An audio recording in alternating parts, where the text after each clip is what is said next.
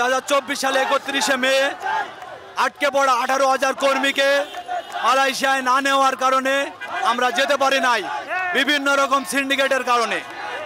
আজকে আমাদের প্রধান উপদেষ্টা এবং ডক্টর আসিফ নজরুল এবং আমাদের প্রধান উপদেষ্টা ডক্টর মোহাম্মদ ইউনুস স্যার আমাদেরকে প্রতিশ্রুতি দিয়েছিলেন যে ডিসেম্বরের মধ্যে মালয়েশিয়ায় নেওয়া হবে। আমাদেরকে সেইভাবে মালয়েশিয়া নেওয়ার জন্য বুয়েসেলকে দিছে।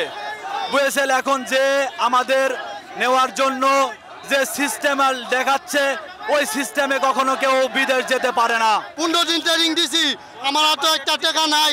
এই 15 দিন ট্রেনিং দিছি, 15 দিন ট্রেনিং আমরা কি কারণে দেওয়া হয়েছে? আমাদের মালয়েশিয়া নিতে হইব। যদি না নেয়, এই আগের স্বৈরাচারের মতো সরকারের মতো এই নতুন সরকারও শুরু করছে।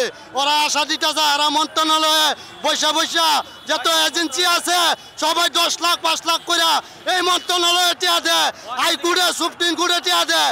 আমরা বিচার পাই না। মালয়েশিয়া নিয়ে যাওয়ার নামে যে একটা প্রতারণা আমাদের সাথে চলছে, এটা বুঝায় তাদেরকে বলার মতো কোনো ভাষা আমাদের কাছে নাই। কারণ আমরা 6 লাখ 7 লাখ টাকা তো ওনাদের দিয়েই দিছি, আমাদেরকে একটা টাকাও তাদেরকে ব্যাক দেয় নাই।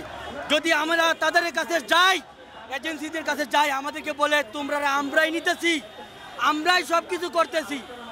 এজেন্সি কি করতেছে, সরকারে কি করতেছে, এটা ক্লিয়ার হইতেছে না। সরকারকে আমাকে ক্লিয়ার করতেছে না।